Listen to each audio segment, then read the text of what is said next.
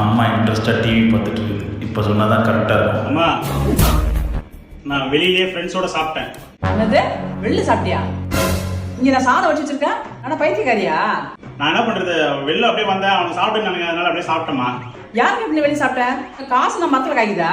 எவ்வளவு சாதம் வச்சு வச்சிருக்கேன்? சரி விடு, இப்போ நான் என்ன பண்றது? எனக்கு தெரியாது, நீ தான் எல்லாத்தையும் சாப்பிட்டாகணும். இன்னும் நீ டெய்லி வெளியே சாப்பிட்டேன்ற மோகன, நீ அவ்வளவுதான், நீ பாரு.